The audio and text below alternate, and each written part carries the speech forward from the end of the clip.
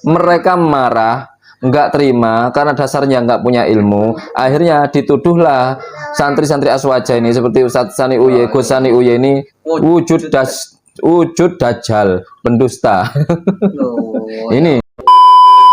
Assalamualaikum warahmatullahi wabarakatuh. Halo teman-teman, ketemu lagi dengan dua Bang Deso ya di channel Mr. Coach. Yuk mari kita ngobrol di channel ini dengan serius tapi santai.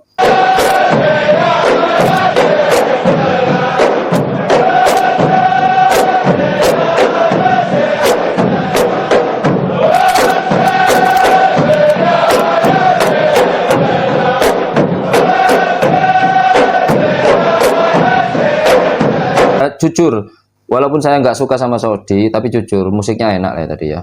Loh, enak loh, musiknya bos. enak, enak didengar, ya, enak didengar ya. Masalahnya gimana jika kerajaan Saudi mendengarkan ustadz ini? Jadikanlah teman-temanku dan ustadz-ustadznya yang menghalalkan musik agar mereka mati dalam keadaan mendengarkan musik, menyanyi, mendengarkan konser dan yang semacam itu ya Allah. Ucapkan amin. Gak ada yang mau bilang amin. Jika kerajaan Saudi mendengar ada alumni mahasiswa Arab Saudi sudah dibiayain ya kan, beasiswa, nggak tahu kalau jadi ustadz di Indonesia mungkin masih digaji apa enggak sama Saudi ya. Apa masih digaji apa enggak kita nggak tahu ya. Enggak mungkin bos. Ya masih digaji mungkin lah bos, kan apa menyandang misi dari sana. Oh ya, bisa jadi lah digaji dari sana. Jika mendengar itu, waduh, dicabut semuanya Pak, Anda Pak. Bisa jadi. Bukan hanya itu, Anda bisa diseret masuk penjara Pak. Oh sekarang MBS ya? Sekarang MBS sudah beda, jangan macam-macam Anda sama MBS. Oh iya sekarang MBS Beda. Mau bukti? Oke, buktinya. Ulama Wahabi diciduk lagi sama kerajaan Arab Saudi. Yang terbaru, Sheikh Badar Al-Mesyari, Imam Masjid Hitin di Riyadh. Informasi penangkapan salah satu ulama yang terkenal di Saudi itu disampaikan pertama kali oleh Prisoners of Conscience, organisasi hak asasi manusia di Saudi. Al-Mesyari ditangkap karena kerap melontarkan kritik terhadap konser musik makin marak di Saudi. Asal tahu aja nih, Saudi gencar mempromosikan konser dan festival musik belakangan ini. BTS, Blackpink, sampai Beyonce pernah manggung di Saudi. Penangkapan Al-Mesyari menambah daftar baru jumlah ulama Wahabi yang ditangkap sejak September 2017. Ulama yang sebelumnya ditangkap diantaranya Salman Al-Ouda, Awad Al-Qarni, dan Ali Al-Omari. Di bawah putra mahkota Mohammed bin Salman, MBS, Saudi memang sedang melakukan perubahan besar. Mengkritik kebijakan-kebijakan yang sekarang ini di Saudi mulai banyak konser. Ya, konser, festival musik, Blackpink, Beyonce juga datang. Tinggal musik-musik metal aja yang belum. Mas, ya kan Halloween sudah mungkin anu ya bisa ngundang Slipknot nanti ya, Arab Saudi, Slipknot, Limp Bizkit ya bisa diundang ke sana, atau musik-musik legend seperti JNR itu diundang ke sana boleh lah ya, atau Metallica ya, kayak gitu-gitu. Nggak boleh ngeritik ya, nggak boleh. Jangan ngeritik karena di penjara. Dan untuk netizen Aswaja, janganlah kalian ngetek akun dari kerajaan Saudi ya, jangan di-tag. Kasihan mereka nanti ditangkap mereka itu. Iya, Mas. Seperti ini nanti Mas ditangkap. Jangan di-tag ya. Doa Muflis Fitra tadi, jangan di-tag di kerajaan Saudi. Itu bisa habis nanti ustadz-ustadz Salafi Indonesia. Kasihan mereka ya kan. Biarin saja. Kan di tag, kasihan. Nanti kita gak ada hiburan teman-teman. Ustadz Salafi yang di sini bos, nggak ada yang kritik Saudi bos, takut di tag bos. Kalau kayak gitu nanti netizen nge-tag akun resmi MBS ya kan, habis mereka. Saran saya jangan ya. Jangan, makanya mereka itu nanti kita nggak punya hiburan lah. Iya. Nggak bisa tertawa lagi. Makanya mereka itu sibuknya ngeritik-kritik yang di Indo saja bos, ngeritik-kritik yang apa amalia-amalia nyeleneh, yang sebenarnya orang-orang Aswaja juga nggak menyetujui hal itu bos. Oknum seakan-akan itu ajaran bos, gitu, bos. Itu yang bahaya. Saran saja untuk ustadz-ustadz Salafi, sampaikan perbedaan. Ini berbeda di antara ulama, gitu ya. Gitu loh. Kalau fatwa itu, ini berbeda di antara ulama. Karena katanya kalian di Saudi itu mengaji 4 madhab sekaligus. Jadi kan paham kan perbedaan-perbedaan. Sampaikan, ini perbedaan ya, ini berbeda. Sudah, jangan menyempitkan hukum. Jika kalian menyempitkan hukum itu jadi satu kebenaran mutlak saja, satu kebenaran tunggal versi kalian saja, maka umatnya cenderung radikal. Nah, Mana ada bukti umat kita radikal? Ada buktinya. namanya dakwah ya harus seperti itu, menyampaikan perbedaan pendapat. Itu dakwah, mengajak, bukan menyesatkan, membid'ahkan. Itu bukan dakwah. Aduh.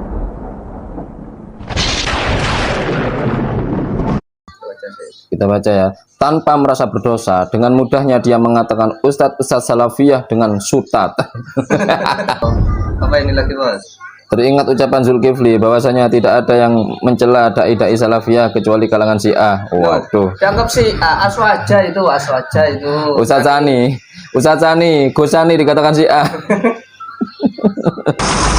Nah, jangan sampai kita terprovokasi dengan editan video busuknya. Oke.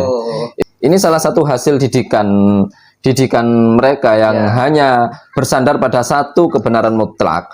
Kemudian yang lain harus salah.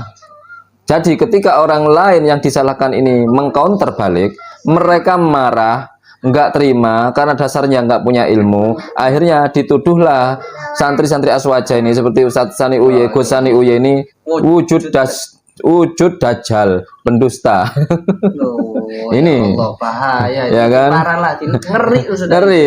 Kalau sudah dianggap dajjal, berarti kan sudah Caranya lebih halal, Bos, langsung. lebih jahat daripada orang kafir, Bos. Ya, maka dajjal harus diperangi. Kemudian darahnya halal. Nah, kan begitu ujung-ujungnya. Ya, tadi itu awal mulanya ya. Awal mulanya. Kemudian dieksekusi, ada langsung dieksekusi. Ini hasil didikan dari Salafi.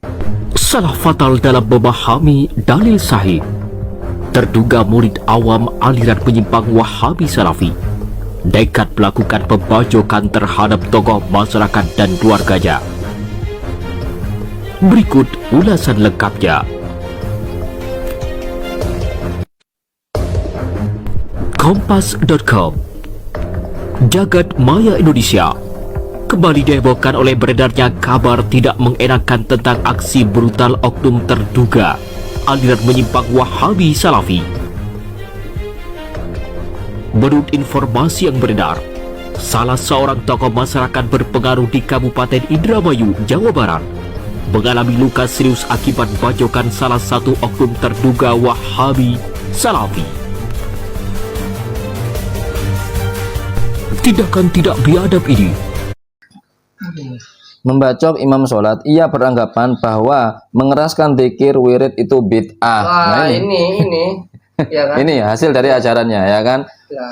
Kalian minta bukti, hasil dari didikan mereka itu. Ini hasilnya. Jika pendapat itu hanya satu pendapat, kebenaran mutlak, kebenaran tunggal hanya milik kalian, yang lain itu salah, bid'ah, sesat. Ini hasilnya. Umat kayak gini. Ini hanya satu loh ya. Ini hanya satu. Mungkin ada lagi mereka itu yang punya kefanatikan agama yang luar biasa, tapi kebodohannya juga luar biasa. Akhirnya bertindak sporadis kayak gini, ya kan? Bertindak parah. dilakukan oleh terduga oknum Wahabi Salafi di hadapan para jamaah korban yang tengah melaksanakan kegiatan keagamaan di masjid sekitar rumahnya.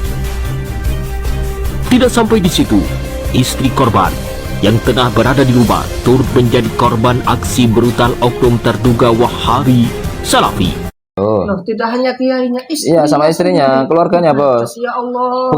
Merujuk pada informasi yang dirilis oleh pihak Kepolisian Republik Indonesia Sektor Indramayu, kejadian dilakukan oleh pelaku karena didasarkan kebencian yang disebabkan oleh perbedaan cara pandang tentang cara zikir yang dilakukan oleh korban.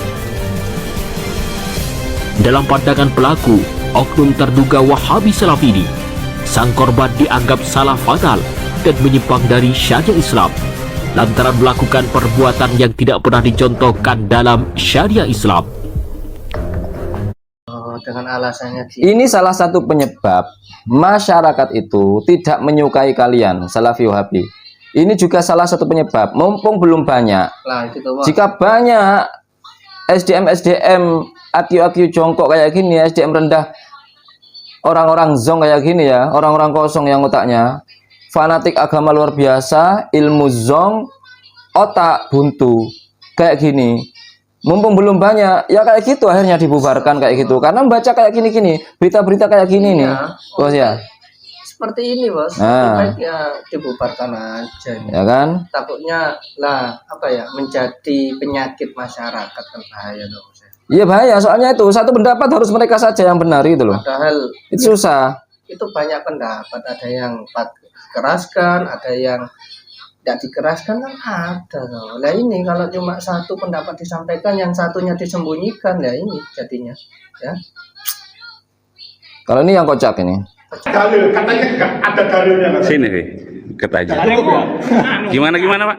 Jarimu mungkar, Ada Mungkar ya? dalam masjid ya. jarimu mungkar. Dia minta dalilnya mana? Loh, Kak, jarimu mungkar. Mungkar ini kemungkaran. Nah, mungkar ya, musiknya masjid mungkar ya jarimu ya. Nggak ada musik di dalam masjid itu nggak ada. Loh, lah jarimu mungkar ya, musik. Ini yang ini loh ya. Mungkar demi Allah, mungkar. Wis, Geng. Dipanggil Pak. Iya. Pak. mungkar ya. Ya wis, terus kamu hujahmu apa? Kalau nggak mungkar, hujahmu apa? Loh, iki kegiatan masjid Sunnah, ini. wajib. Iki kan Di agama cuma dua, sunnah sama wajib. iki Nggak ada lagi. Di agama cuma ada dua, sunnah sama wajib. Waduh, cuma ini tok bos. Ternyata bos, sunnah sama wajib. Telusuri siapa ustadznya itu.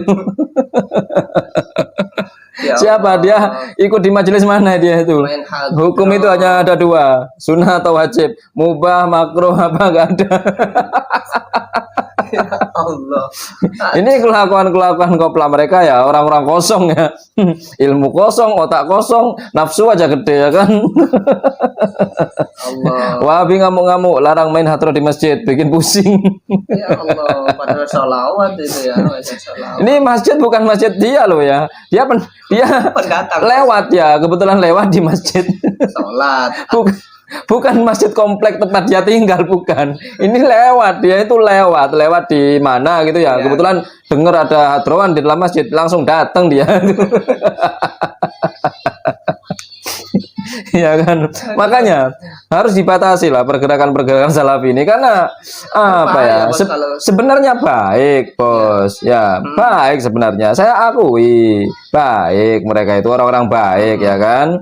Hanya saja ulama-ulama mereka itu menyimpan ilmu gitu loh. Ilmu yang disampaikan itu hanya ilmu kebenaran tunggal versi mereka. Sedangkan untuk pendapat lain disembunyikan. Makanya kami nggak nganggap mereka ulama. Soalnya apa? Ulama itu warasatul anbiya.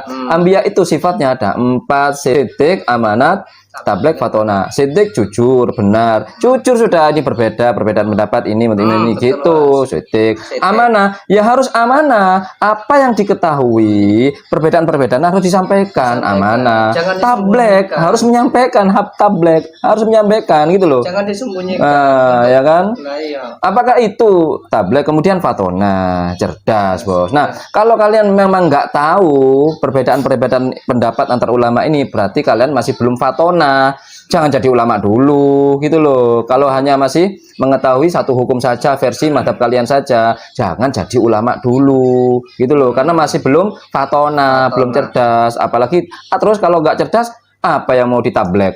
Apa yang mau disampaikan? Kebenaran tunggal versi kalian itu jangan disampaikan itu, ya kan? Ya mungkin itu obrolan kali ini, mudah-mudahan bermanfaat. Yang Amin. baik-baik semuanya datang dari Allah, yang jelek-jelek datangnya dari kami. Walaupun minkum, mohon maaf wa akhiral kalam. Assalamualaikum warahmatullahi wabarakatuh. Waalaikumsalam warahmatullahi wabarakatuh.